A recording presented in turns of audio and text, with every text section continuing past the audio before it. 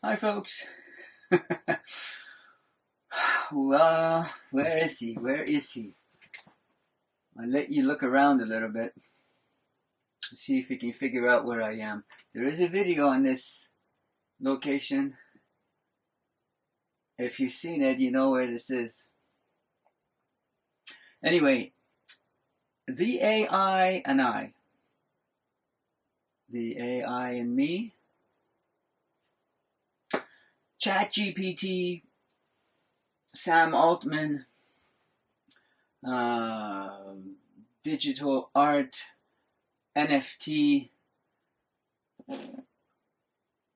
And generated videos, AI generated videos on YouTube, all of these. But before that, let me welcome you to my humble off-grid homestead. But today, we're at a special location. I built this, what I call a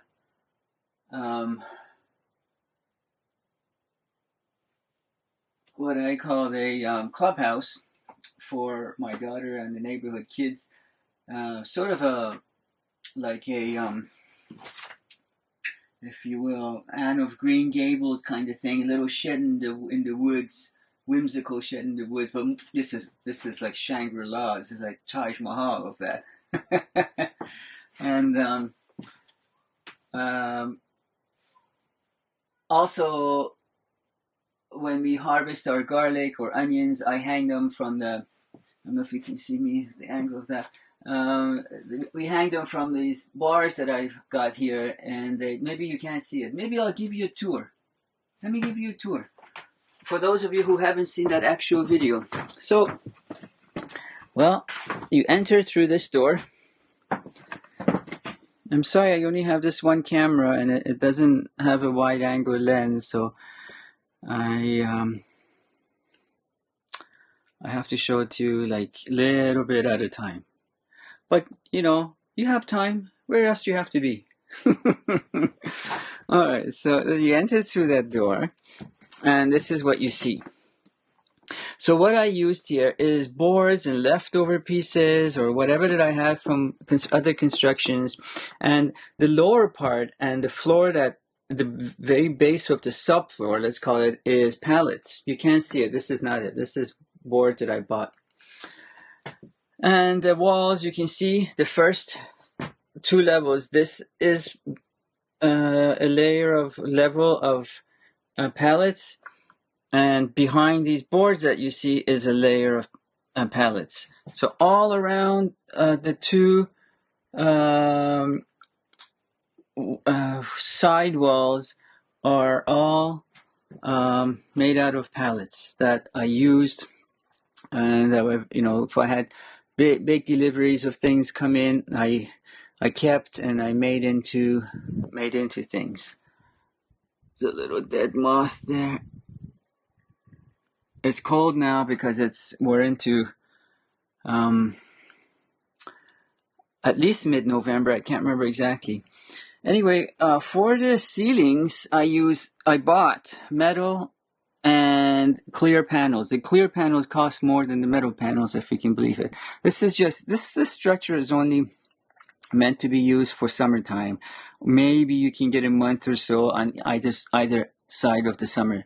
So, but it's, as you can see, a lot of air. It's not airtight. A lot of air goes through it, and so it doesn't get hot in the summertime.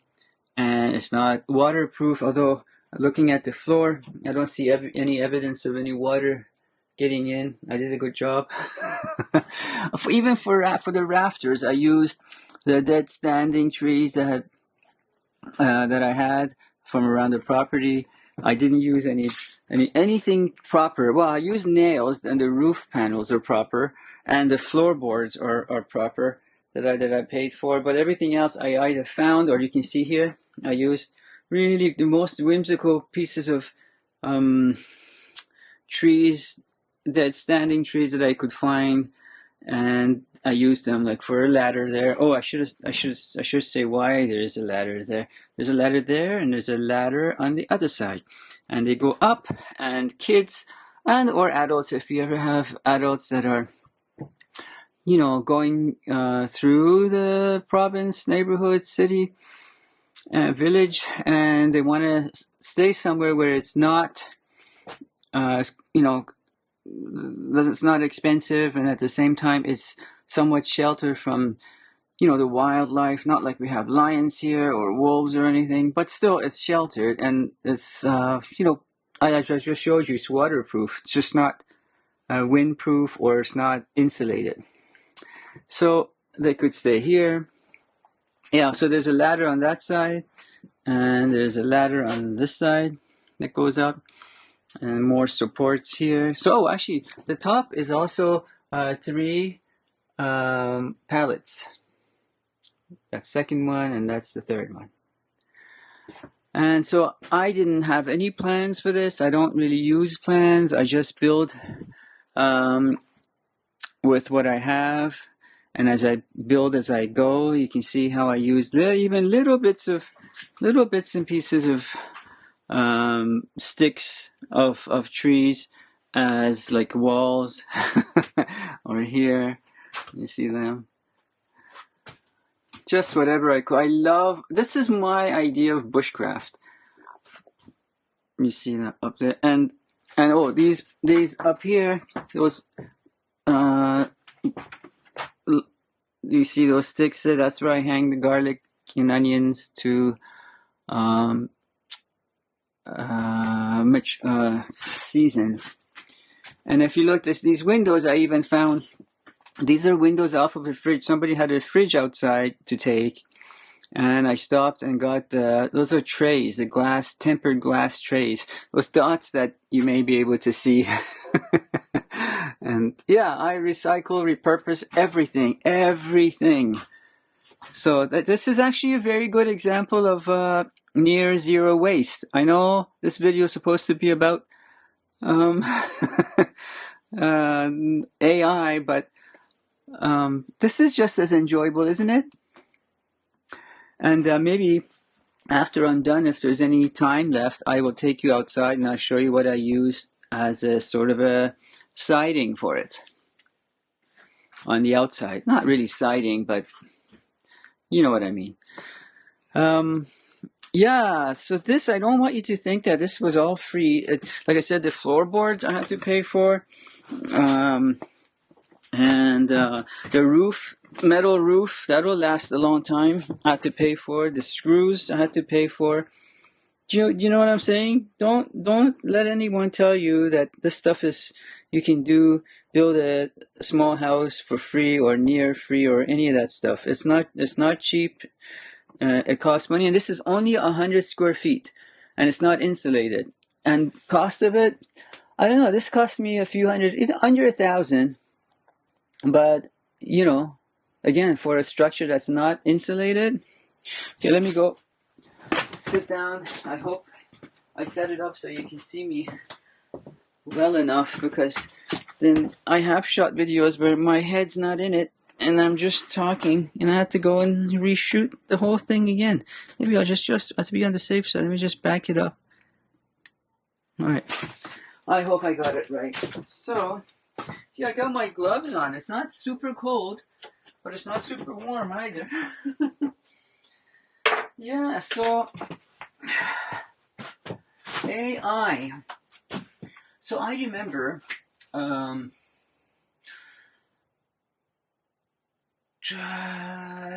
late 90s. I can't remember exactly when.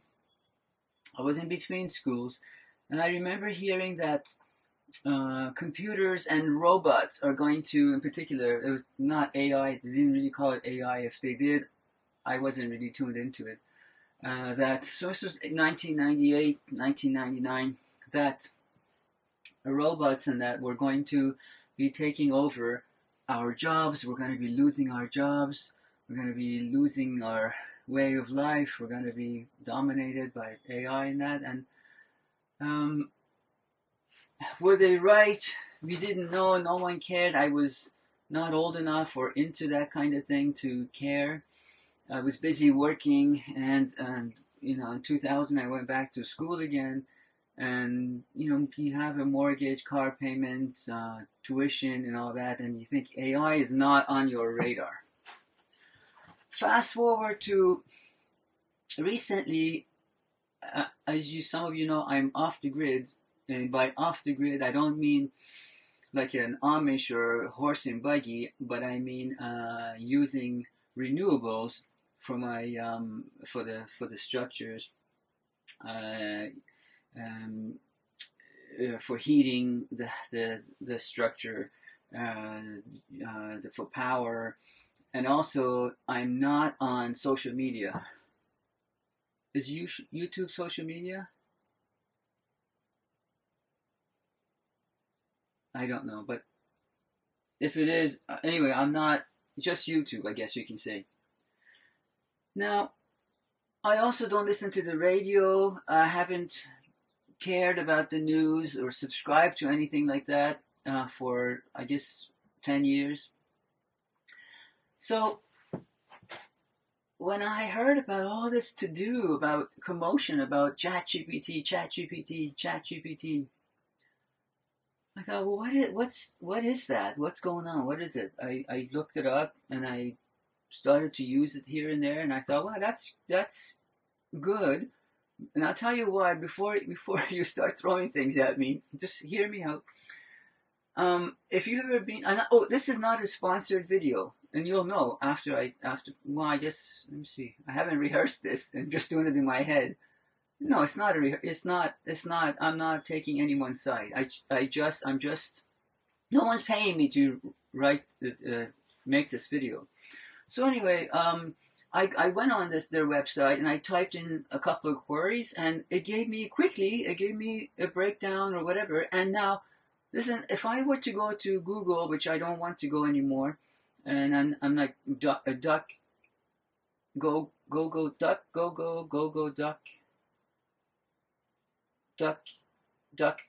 go. You laugh, you'll get old.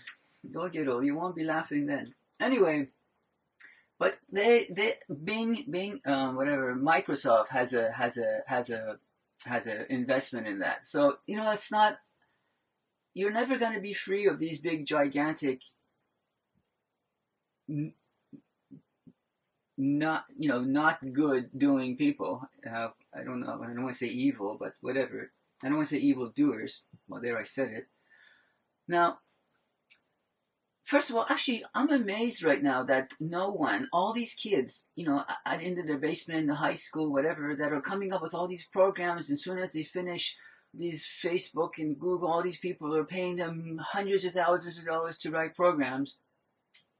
Why are these kids writing programs for themselves, like a new social media that's good, that's safe, that doesn't follow you, that's like what Google used to say when they were new, don't do evil, or don't be evil, or something like that. Why are these kids doing that?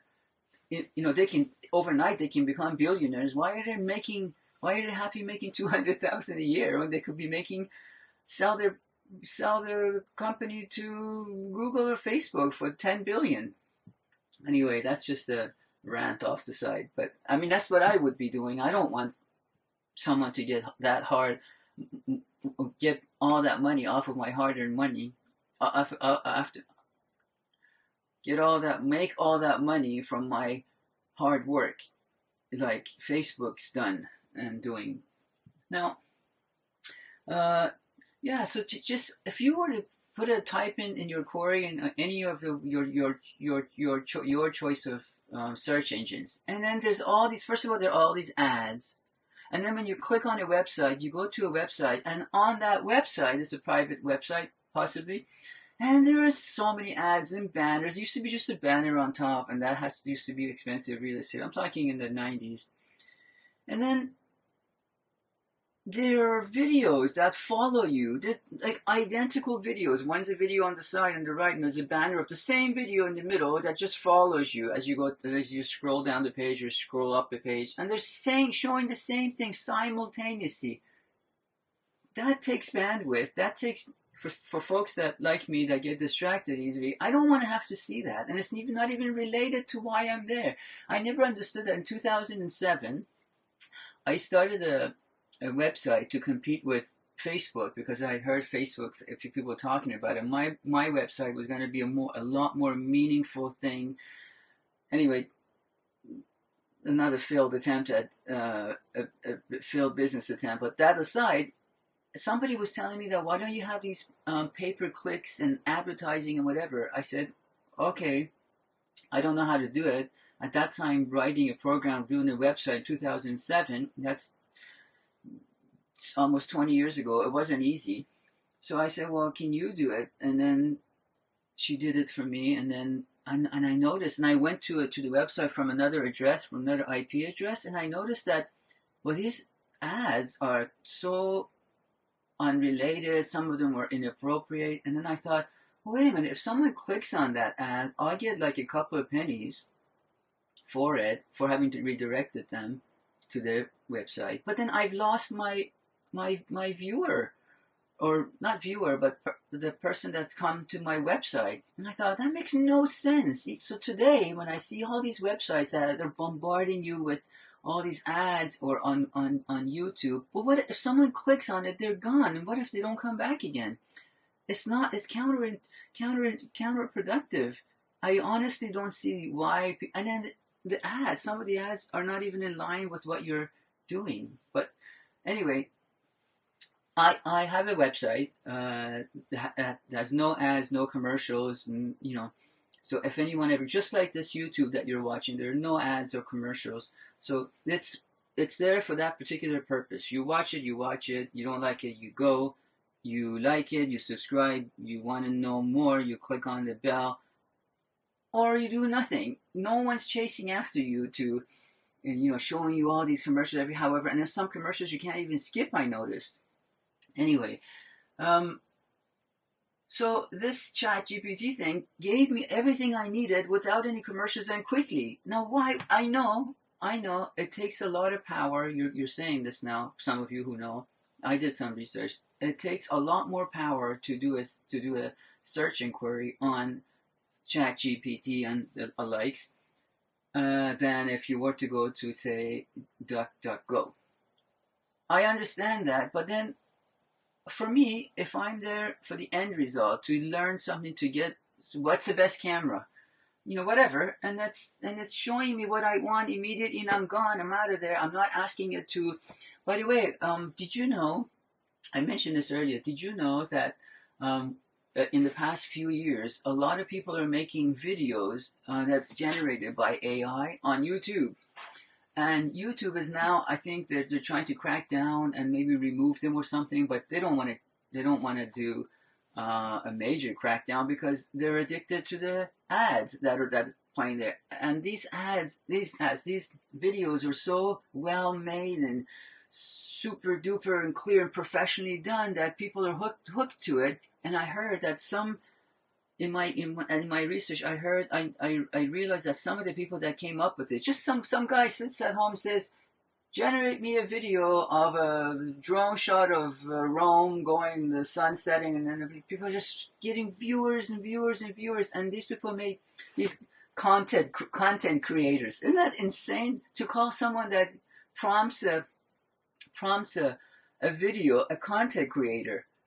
I mean, maybe I'm just jealous because I'm not articulate, or I'm not particularly wordy, and so I'm thinking, well, I can't even speak, and these people are giving a prompt that the thing makes a video out of, and then they make. Okay, this is what I was saying. Some people have bought land in town and made ginormous buildings from the money that they've earned from these videos. I know some of you are probably salivating, thinking, "Oh, maybe I can do it." I don't know. Maybe you can do it, but what you see here, what I'm doing here with you, for you, is obviously, because it's not flawless in any way or any sense, and so, but it's real, but it's honest and sincere. You can see, I would, no self-respecting AI would talk like me. Anyway, so yeah, And by the way, speaking of this ChatGPT guy, his name is Sam Altman. I think I got that right. This guy is, I think, is the first openly gay.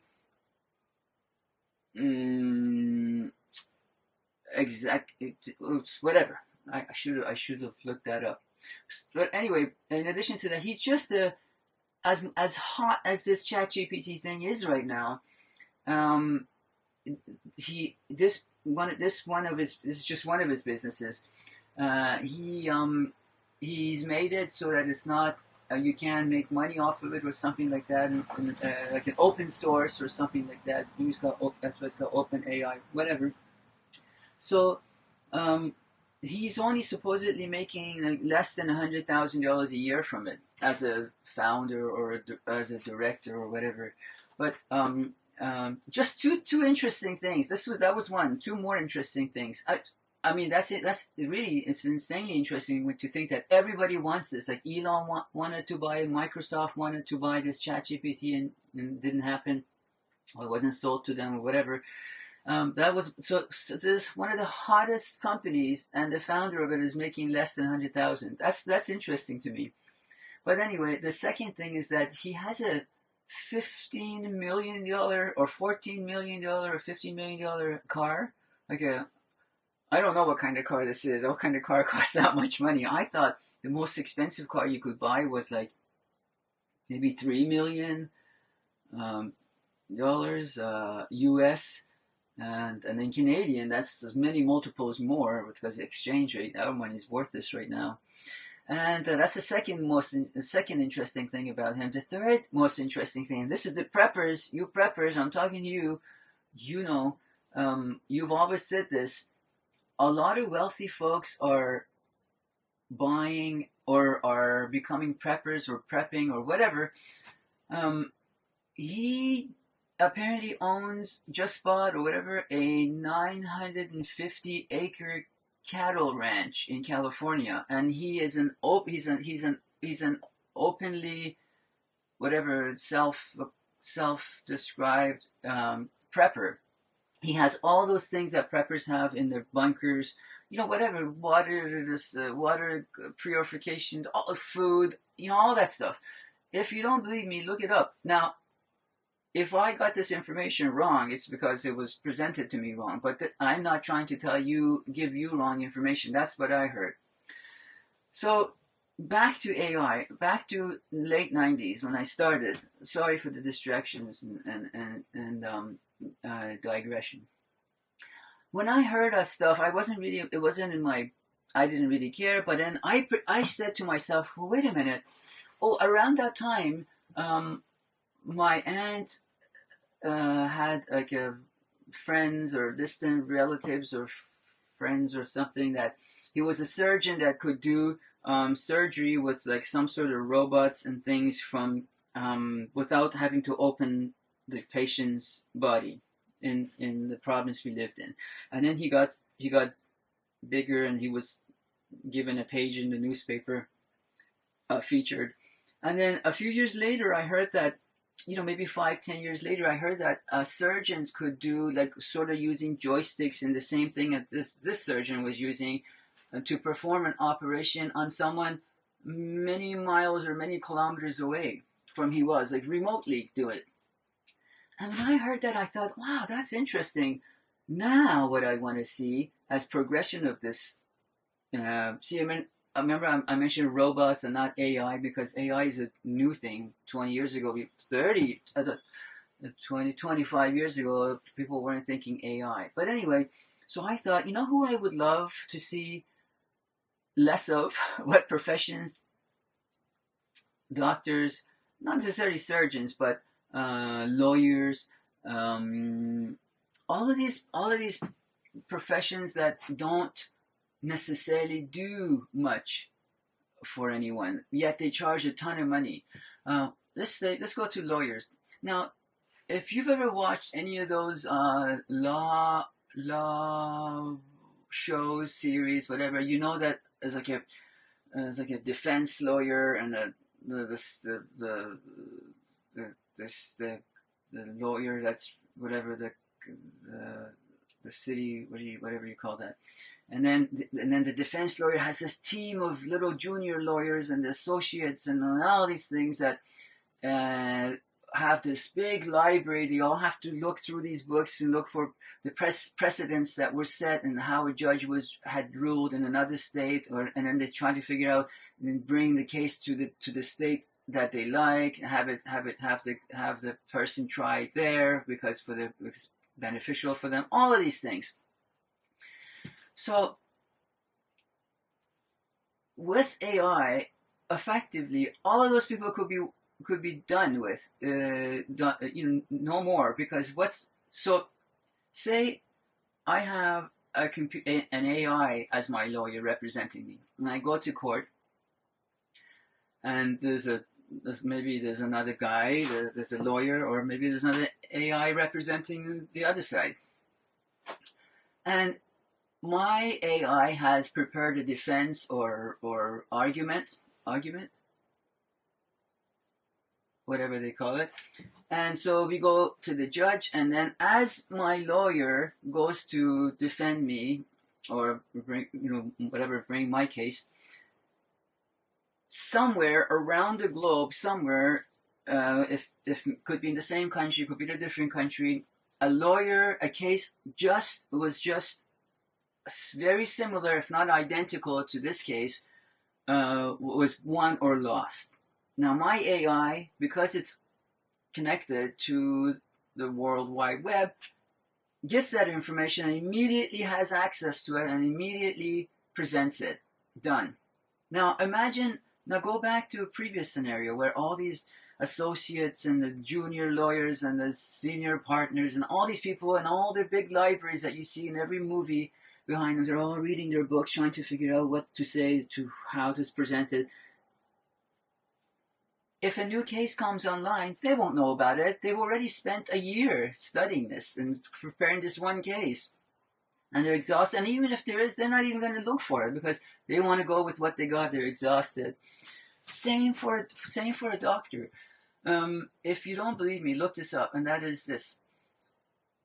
Do you know what the biggest reason for patients or people's death is? Not cancer, not AIDS, not malnutrition, not cholera. Any of these is physician misdiagnosis. When you misdiagnose, you give the wrong drug. Not that there is such a thing as a right drug, or maybe wrong surgery, wrong something was removed. All of these things. Now let's go to an AI. You have an AI physician.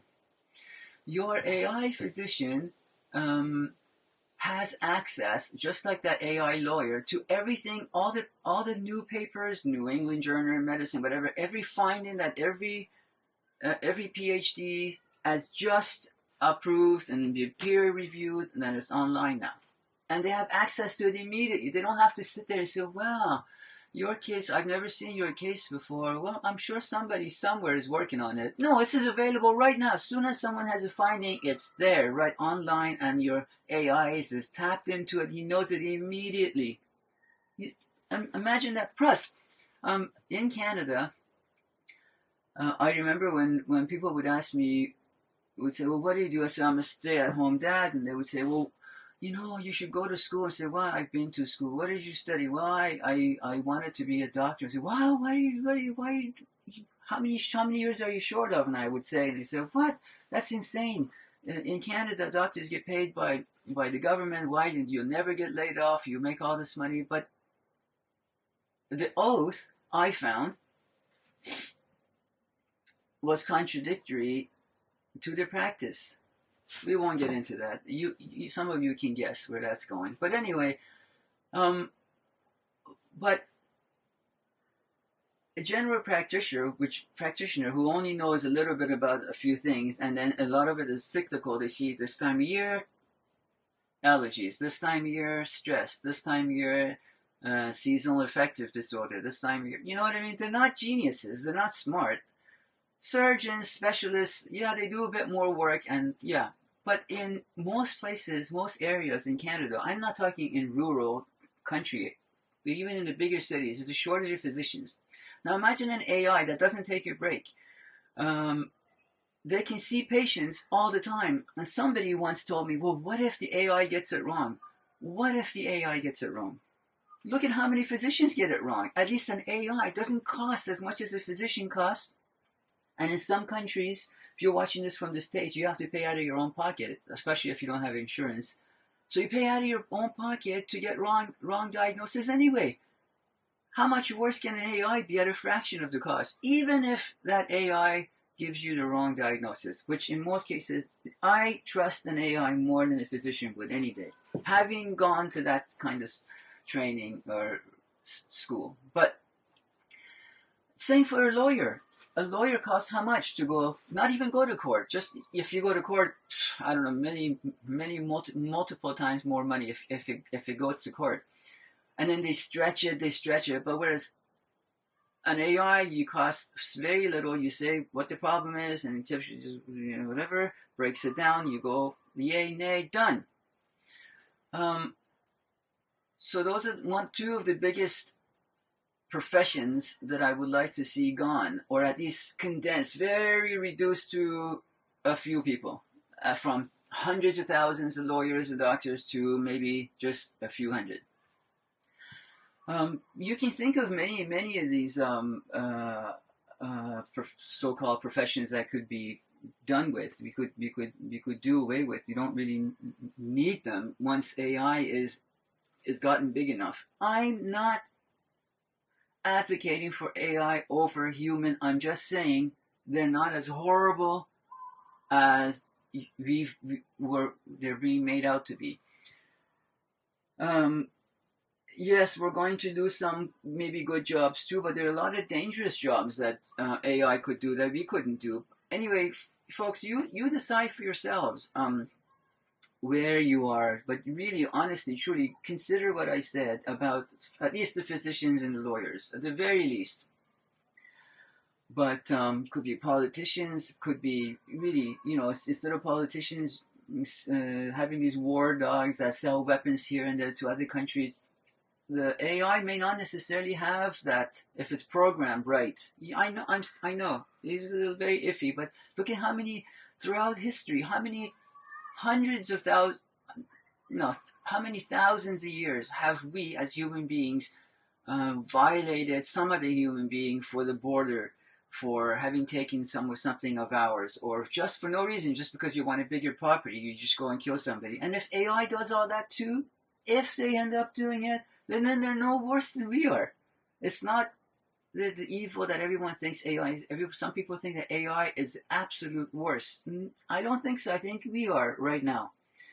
Anyway, so I don't know how much battery I have left in that, and I want to. It was good being with you, but I want to show you a little, like a walk around this structure. But there is a video on not necessarily how I built it, but if I might be able to include some pictures. I have taken, see, this camera is fairly new to me, and when I was building these structures, I didn't have, I just have my cell phone, my old cell phone. I don't need a new cell phone. I just use it for emergencies. There's no signals here anyway. We're in the forest, and that's how I want it, so I prefer it.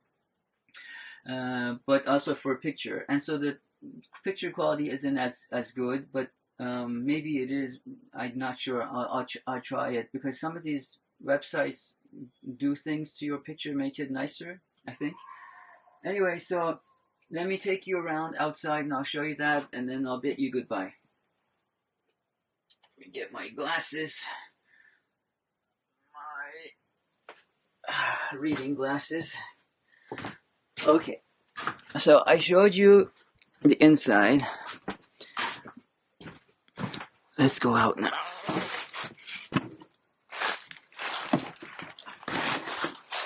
What a glorious, glorious, glorious November day.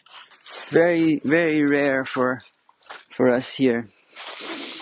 And take a deep breath. I only have very light gloves on. So that's the one side of it, you see. How high is it? No, I don't know. It's 100 square feet. Maybe it's 10 feet tall at the longest point, and at the other end, maybe it's 6, 7 feet tall. And this is the front view. It faces west. It's afternoon now, so you can see my shadow. Here's my shadow. There I am.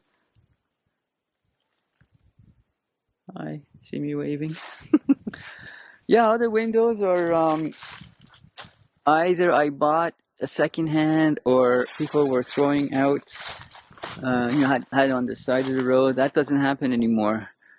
Ever since the pandemic, everyone's looking for these things. So that was at that time. Maybe if I back up more, you can see better. So this is what you call, this kind of roof construction is called shed roof. And very simple. Whatever goes on, it slides right off. Yeah. This is the north side. I used these sort of a live edge pieces that I bartered with someone for to kind of make it look like it's batten board. Oh no, not batten board, but clapboard. That window I bought, but I didn't pay a ton of money. And so you can see the pallets at the back are exposed. I purposefully did not stain this, and if you stain it, they'll last longer, but I purposely didn't stain it because I wanted to blend in. And there's the road right there, not far. I mean, hardly anyone goes by, but the point is I don't want it to be visible. And so it's hidden. If at the speed that people go, for those if there's ever anyone driving, they won't even know it's CS. I've had neighbors when we finished building it, neighbors would come to my house. Said, did you see the clubhouse on your way? I said, no, what clubhouse? And then there's the driveway right there. They walked right past it and they didn't even see it. I love that. And this is, you preppers and whatever, or trying to hide. This is the hinges on the big door. You see the door? Well, those super duper hinges are not cheap. I mean, I don't have hardly any income. So if you don't have any income, everything costs money. Everything is expensive to you. But if you have a regular job, then nothing is expensive really, because those galvanized hinges will probably last a long time. And because we're not on the coast, we don't get like salt there's no salt in the air to corrode them. So I build these whimsical structures. If anyone ever is new people here in the neighborhood that have asked me to either help them build it or come up with a design, and this is what I do. I don't really do necessarily conventional structures.